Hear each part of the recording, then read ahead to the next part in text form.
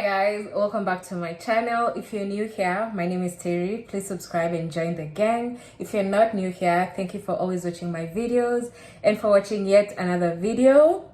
So this video is purely for nurses who want to take the NCLEX, who've already taken it and failed and want to take it again, or who haven't taken it yet and you just want to make sure, are you ready, are you prepared, is there anything else you need to know, is there anything else you need to do? This video is for you. So I took the NCLEX in March 2025 and I failed, and I took it again in June 2025 and I passed. So that was a difference of 2 months. But for 1 month after my test, I wasn't studying, I was crushed, I was crying, I would say depressed, but like I was just going through a lot. So I didn't feel like studying again. But after that, I gave it another try. I decided to use the tools that I got because I was doing a lot of research during that time that I had failed. And all the tools that I got during my research, I used them and they worked. So if you're watching this is your sign that if you use these tools, there's a high chance you are going to pass. So the first time, one thing I noticed I did wrong is I used to want to do a lot of questions in a day, and I would do like 80 to 100 questions in a day. And I used to just feel like the more I do questions, the more I'll be ready, which is not really the case, because afterwards I came to realize it's not about how many questions you do, it's about how many rationales do you retain in your head. And I used to want to do the test and pass. I used to feel like the more I pass, the higher chances that I'm going to pass the real test. But also I realized that's not really the right way to go about it, because you'll do all these questions and yes, maybe you will pass because maybe you're really strong in these areas, but then you'll not be able to retain all the rationales of every questions you fail. Like if you do 100 questions and maybe you pass like 60%, and then all these other questions that you failed, you're not going to be able to retain all the rationales that you failed. So the second time, what I did different is I would do 45 questions in a day. Actually, yeah, for the first 2 weeks of the 1 month that I was studying, for the first 2 weeks I would do 45 questions in a day, and then with every question that I failed, I would go to the rationales and make sure I understand each and every rationale. Why did I fail this question? How did I answer it wrong? What are they actually looking for? And then doing that helped me retain the knowledge on why this answer was wrong and why this answer is right. And the less questions you do, the more you retain. I don't know, like quality over quantity. So the less questions you do, the more you retain. First of all, I'm going to start with which resources I used and which resources I used the first time, how they helped or didn't help, and why I changed my techniques the second time. So the first time, I didn't know about like everything I'm going to share that helped me the second time. I didn't use the first time. I did not. I used Archer. I used Archer's review to do my practice test, my Q banks the first time, and I feel like, I don't know, I feel like so many people pass with Archer and so many people fail with Archer.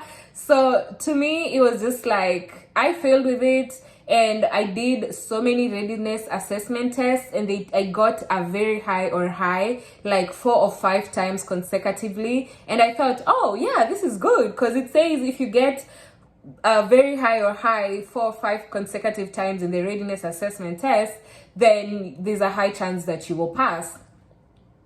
I got those and I did not pass. So I do not recommend Archers, even though there's so many people that have watched their reviews and they say they use Archers and they fail and they passed. So it's just a give or take according to which resources to use. That one is like, it's just tricky because some people pass with a certain type of tool and other people fail with it. One thing I used to love about Archer was it was a bit more affordable compared to all these other tools that I used to see out there. So I saw many people talking about UWorld and Kaplan and Archer. I think those are the three that I really see a lot of people talk about. But for me, Archer, I used it, did not work. I did I think 4 or 5 readiness assessment tests, and I got high and very highs, and I was so convinced that I'm going to pass, but it did not work for me. And then also, I never did the computer adaptive tests in Archer. I feel like before you go do these tests, make sure you've done at least 3 computer adaptive tests at the very least.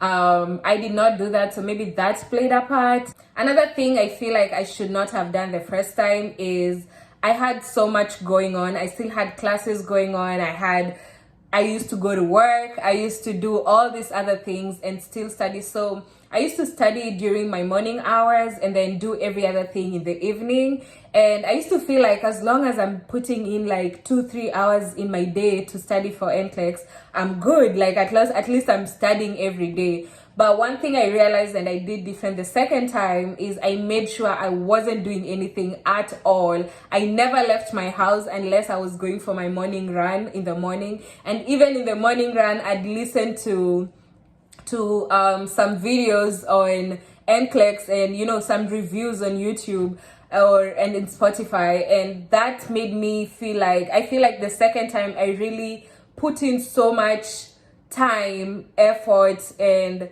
I just locked in completely. I never went out. I never met with anyone. I was not socializing at all. I was studying every day, every time, every second. But I would make sure I just studied throughout the day and then sleep throughout the night. I never used to pull an all-nighter the second time. But the first time I would try and study at night, study in the morning, and I still had other things going on. So as much as you're getting the information, you still have a lot of things going on. And sometimes you can lose the information you got in the morning or the week before. So I would really recommend studying for NCLEX at least like a month before you take it. Make sure there's nothing else you're doing. You're not going anywhere. You're not meeting with anyone. You're just not doing anything apart from studying for NCLEX. The first time I went to the test expecting to do 85 questions. I just knew once I get to 85 and it goes past that, I've failed. And that mentality is wrong, because after 85 questions, I panicked. I wasn't even concentrating on the questions. I just felt like, why is it keep going? Like, am I failing this badly? And I remember I used to think, okay, maybe it's going to get to 90 and it's past 90. Okay, maybe it's going to get to 100. And it just kept going. It kept going until 150. And I promise you, after 85, my brain had just it was shut down. I don't even remember how the questions looked. I don't even remember if I was able to put in as much effort into the questions as I did with the first 85. So I feel like just don't go to that exam room expecting 85 questions. Go there with the mindset that even if it's more than 85, I can still do this. I know what I'm doing. And the thing is, there's so many people who still pass at 150 questions. So it doesn't mean that the more you keep going, you're failing. But just don't put that in your head, because once you go with that mentality that it's going past 85, so I'm definitely failing, you're not going to even want to put in, your critical thinking skills to test. So just go expecting 150 questions, and if you get less than that, well and good. If you get more than that, it's still good. Like, you're still in the game, you're still doing it, you're still going. Like, don't give up. Another thing that I did wrong the first time, I didn't have a positive attitude towards the NGN questions.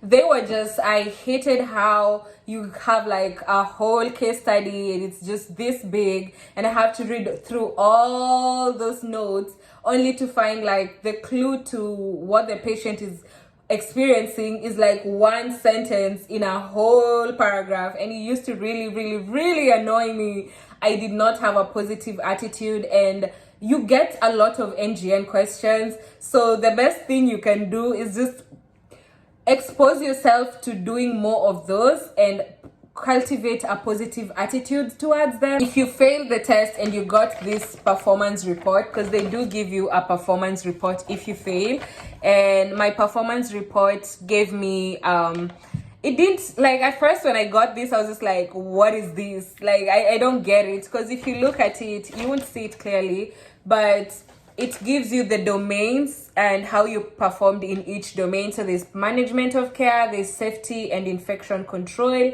there's health promotion and maintenance, psychosocial integrity, basic care and comfort, pharmacological and parenteral therapies, reduction of risk potential. There's just a lot of domains that they put here. And then they tell you, like, what did you get a near passing in that, or a below passing standard, or above passing standard? So for most of them I did get a near passing standard, but then some of them I did get a below passing standard. I think I got 1, 2, 3, 4. I got 4 below the passing standard. I got like 8 above the passing standards, and like 3, no, I got 8 near the passing standard, and then 3 above the passing standard. So for me, at first I did not understand what this means. I did not understand what I need to improve on, because when you're doing the questions, I'm not even sure which one is considered basic care and comfort. I don't know which question is considered health promotion and maintenance. To me, like, this was a bit vague to me. So one of the things I did, I went on YouTube, and there's this lady who did a video that says never fail NCLEX again with these 5 critical strategies. I'm going to put her picture here, the picture of the video, and I'm also going to link down in the description box everything that I'm mentioning that can be found either on YouTube or anywhere else. She broke this down for me, and I was able to understand where my weak areas are.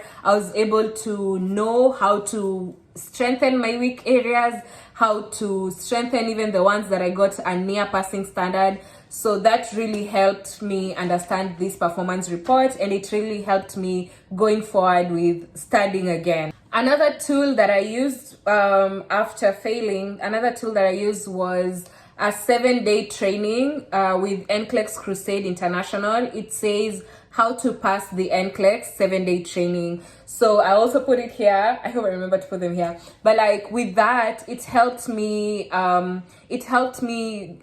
know strategies. First of all, he really breaks down how to answer questions, how to approach questions, how to develop critical thinking. Because one thing I realized is I was good with the nursing knowledge. I didn't know, my critical thinking strategies were so bad. I did not know how to connect one thing with another thing. I did not know how to connect one condition with another condition. I did not know how to come up with a condition from just symptoms or just with how a patient is presenting. So the 7-day training helped me develop critical thinking, helped me understand how I can answer a question the wrong way, even though I already know I have the content for that question. But just because I don't have a clear understanding of the NCLEX world.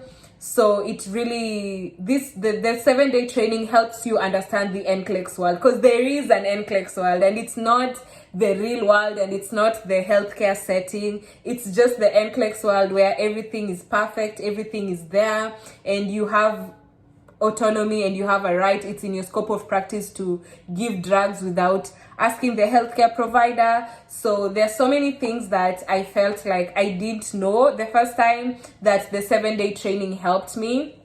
And then another thing, the second time I did not use Archer's review. I used Kaplan, only because one thing I've realized is Kaplan is actually expensive, and this is why most people don't like using it. Kaplan is expensive, but after I failed, our school partnered with Kaplan and gave us, I think, a 6-month period where we had free access to Kaplan. So that's what I used the second time, and boy oh boy, that thing helped.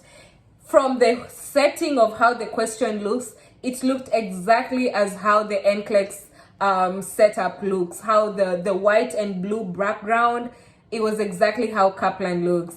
And that's why I felt like, and also I feel like Kaplan's questions are way more tricky and require a lot of critical thinking, which helped me develop a lot of critical thinking that I was able to go with to the test the second time. So you really want to develop critical thinking. It's one thing to have the knowledge, but if you don't have the critical thinking and the strategies, the knowledge can still fail you. So you need both the nursing knowledge and the critical thinking and strategies on how to answer these questions. That way you are way above passing the test than someone who's just going with knowledge only. Another tool that I use is the Klimek videos or audios. It's actually audios, it's not a video, and I got them on Spotify. I'm also going to link it in the description box. And it's these 12 audios where he's just teaching strategies and what questions always appear, not even questions, like what conditions are always tested, what medication are always tested, which side effects you need to know, how to remember, maybe how to remember which drugs treat what, how to remember, just how to remember like signs and symptoms of a certain condition, like which endocrine disorders are usually mostly tested, which cardiovascular disorders are usually tested. And usually, like with everything that he taught me, I could say like my test had like over 50% of everything that Klimek was talking about. So I honestly see why most people preach about Klimek. Go listen to his audios, go listen to them. They are the gospel truth, I promise you. Now that I've given you all the tools, I'm going to explain to you how I used these tools on a day-to-day until when I took the test. So what I started with, the first 2 weeks, I would do the 7 videos, the 7-day training. I would do that. It was like maybe an hour to like 2 hours. I don't think they get to 2 hours, like 1 hour, 1 hour, 30 minutes, something like that. I would listen to the 7-day training. I would listen to a video a day. I wouldn't advise doing like listening to all the videos in one day, because then you're just going to clog your mind with a lot of information and you're probably not going to remember everything. So I would do one video of the 7-day training, how to pass the NCLEX, and then I would do one Klimek audio, and I would listen to his audios when I go take my morning walks. And then once I did those two, I would come back and then do a test. I would do like a 45 question test, Q-Bank test. That way, everything that I've learned for this day, I apply it. I might not be able to pass all the questions in that test, but I'll be able to apply the information that I've received today. And then tomorrow I do the 2nd-day training and another video from Klimek. And by the time I finished 1 week, I was already done with the 7-day training, and I did not need to repeat that. But with the Klimek videos, I continue going through the videos, a video a day, an audio a day for 2 weeks, because it's like 12 videos. And then the other 2 weeks I repeated the videos again and the audios again. And one thing I realized is there's something, even if it was 1 or 2 things, there's something you missed the first time you heard it that you'll get to hear it the second time and be like, oh yeah, I get it now. And then within these 12 days that you are listening to the audios and practicing your questions, by the time you're done with that 2 weeks and then you listen to the audios again, you start connecting what he's saying to the questions you're getting exposed to. So now it's easier to be like, oh, I remember Klimek said this about this, and here it is, so how can I apply it? And then it's just easier. After the first 2 weeks, the second 2 weeks, the other part of the 2 weeks, what I would do is I would now do 45 questions in the morning and 45 questions in the evening. So now I was doing like 90 questions a day, but still I wasn't paying more attention to how much I'm passing the test. I was paying more attention to which questions have I failed, why have I failed them, how can I do better. And another thing that I did the first 2 weeks is whenever I would fail a certain topic more than once, I would go and just do a whole research on it. Nasara, I would go watch Nasara's video because she has a way of just breaking things down like a baby. Like, this is, you know, I loved it. I loved it. It used to make me understand things way more. So whenever I'd fail a question so many times on a certain topic, I would go and just sit down and make sure I know everything about that topic. I remember with the thyroid disorders, the hyperthyroidism, Graves' disease, hypothyroidism, Hashimoto's disease, like all those confusing, like, wait, this is all about the thyroid, but there are so many conditions affected by the thyroid. And I was just like, I don't know what's going on. So I went and just took a day. I think in one day I studied on the different types of high thyroid infections and different conditions that manifest with low thyroid hormone. So that's another thing. If you feel like you're failing something more and more, like consecutively, you might want to go and just focus on that and make sure you just gain as much knowledge as you need to pass to pass any question pertaining to that condition. Another thing that I did with my study area is I would make these post-it notes where I would write things that I feel like keep repeating themselves, and it's not registering in my head once I just see it. So like these airborne precautions, I would do contact precautions. These precautions, you have to know the precaution. You just have to. You cannot miss these questions at all. So I put all the conditions that require different type of isolation precautions. I put them and I would stick them on my wall. So anytime I would study and I'd see a question, I'd just look at it. And then the more I saw it and the more I was exposed to it, the more it just stuck. By the time like a week, 2 weeks before I did the test, I wasn't even needing to look at it because it was already stuck in my head. And if you can't get mnemonics, things that have mnemonics make it easier to remember. So that's what I did. And I used to get the mnemonics from the videos, the YouTube videos like Sarah Kay, all those YouTube videos of people who teach about these conditions. Most of them have mnemonics. Write them down in mnemonics.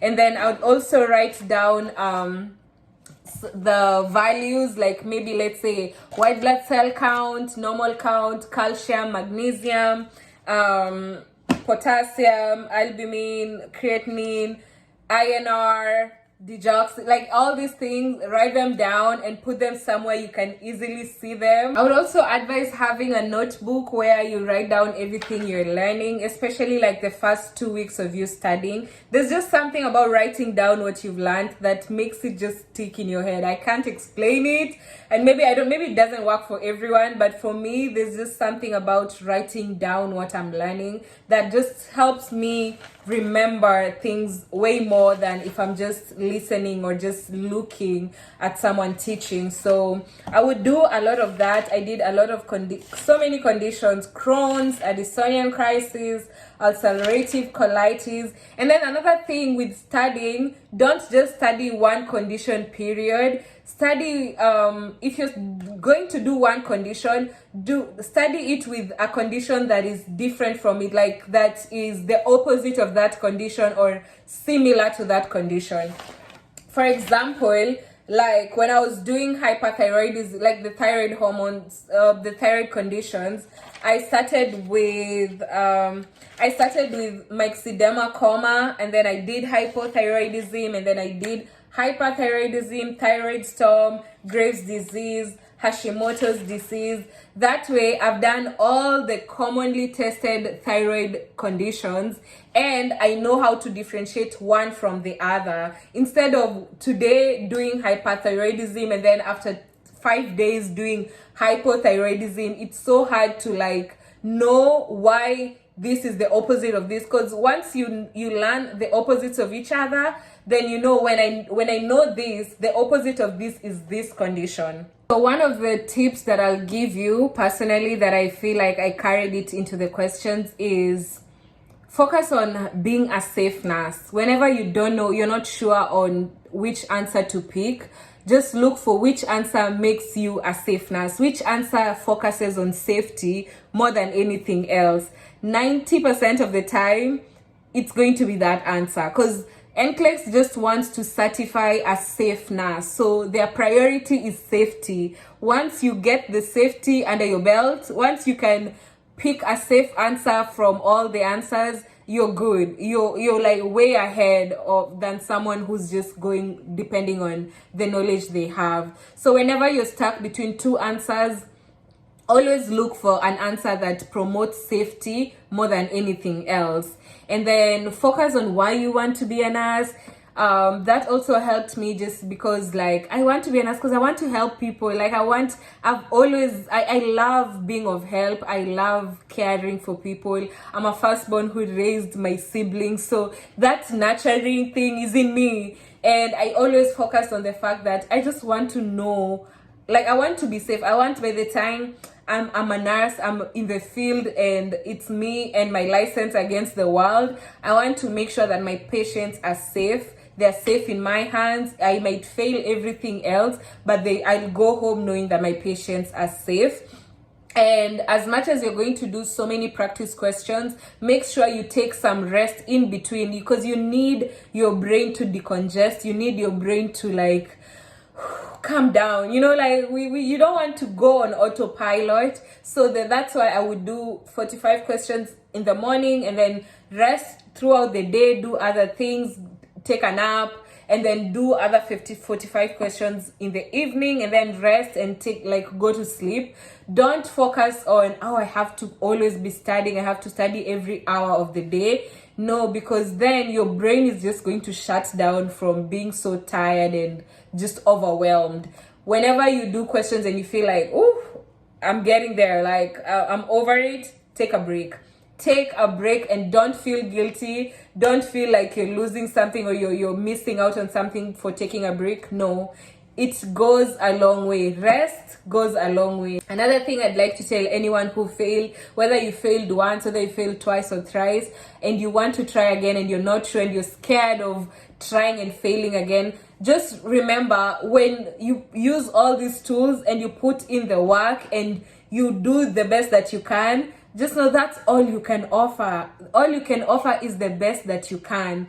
And all you can do for yourself is just make sure the next time you're going to take that test, you have way more information than you did the first time, because you'll never be 100% ready. You'll never feel like, I am ready to go and pass this test. All you can do is feel like, I have gained more strategy, I've gained more knowledge than I did the first time. That is giving me more confidence that even though I'm not sure how I'm going to pass, I know that I know more than I did the last time. That counts for a lot. And I just want to let you guys know that you're not alone. You're not alone, whether you're taking this test again or you're taking it for the first time and you're scared or you're anxious. Those are valid feelings. And even in that test, you do kind of feel anxious, because it's a test that determines if you're going to get the license or if you're going to go back to studying. You cannot not be anxious. You cannot not be scared. All you can do is just manage it. Just learn how to manage your anxiety. During the test, whenever I would feel like my heart starting to beat faster, I would just put a hand over my chest and just tell myself, you're good, Terry, you're good, you're good. And I'd take deep breaths and just be like, I'm good. And I'd put my hand here until I feel like myself calming down, and then I'd keep going. So take breaks. Also take breaks when you're taking that test. I didn't take a break the second time because I just felt like I felt like the questions were easy. So the second time I didn't take a break. The first time I did take a break, and I was still panicking even in the break. But take a break if you need to. Carry snacks, because sometimes if you do more than 85 questions, chances are you're gonna get tired, you're gonna be hungry. So carry snacks, pray, and just know that you know everything you need to know. Now, the most important tool, the most important resource that I used, and I don't know if this will apply to everyone, but the most important tool that I used is God. My God. I don't know if you're religious, spiritual, I don't know what you believe in, but I am a firm believer in God. And I believe that even though I failed the first time, I believe that if God wants this for me, if God put this in my heart and He put it for, like, He put me in this position for a reason, if I'm meant to pass this, God will have to help me. So I would pray so much. I would listen to like preaching that encourages me, because I was so shattered after failing, and I needed to listen to preaching to just encourage me, like, yeah, you can do this, God still loves you, this is still, like, you can still pass even though you failed, there's still another chance. Like, the more you listen to encouragement videos, especially ones that tap to a higher power, the more confident you are, the more you get that confidence to try again, the more you get the confidence that even though I failed the first time, I can still pass the second time. So I would really encourage you praying every day, not just once a week, praying every day, reading the Bible, listening to preachings that encourage you to try, that encourage you to believe in God again. That really helped me. I actually remember the day before my test, this time, the second time, I did not study, I did not open my book. All I did was just listen to preaching, worship God the whole day, pray, and just, like, all I did was just immerse myself in inviting God to my day and to my situation, and that really helped. So those are all the tips that I used the second time. Let me know in the comment section below if there's anything else you feel like you wanted to find out and I haven't spoken about. I could respond in the comments, but I feel like I've shared everything that I used the second time, and all I needed was a month. All I needed was a month of locking in, and I was ready and I was good. Chances are you already have the content. You already have the content you need. You just need to develop your critical thinking strategies, and you need to develop ways to break down the question in a way that even if you don't know what they're asking, there's still a way you can find the answer. So yeah, those tools that I've shared will definitely help you. So I'm so glad you got to this point. If you're going to take your test anytime soon, I wish you all the best. I wish you success. I just wish for everyone who's taking that test to go get those results and see a pass. That feeling is more than anyone could, like, it's out of this world. It's worth it. Seeing that pass, especially after seeing a fail before, oh, it's worth it. But I just hope that you guys get courage to try again. I hope you guys believe in yourself. I believe in you. I feel like we're all meant to be nurses. Like, we're all going to be really good nurses.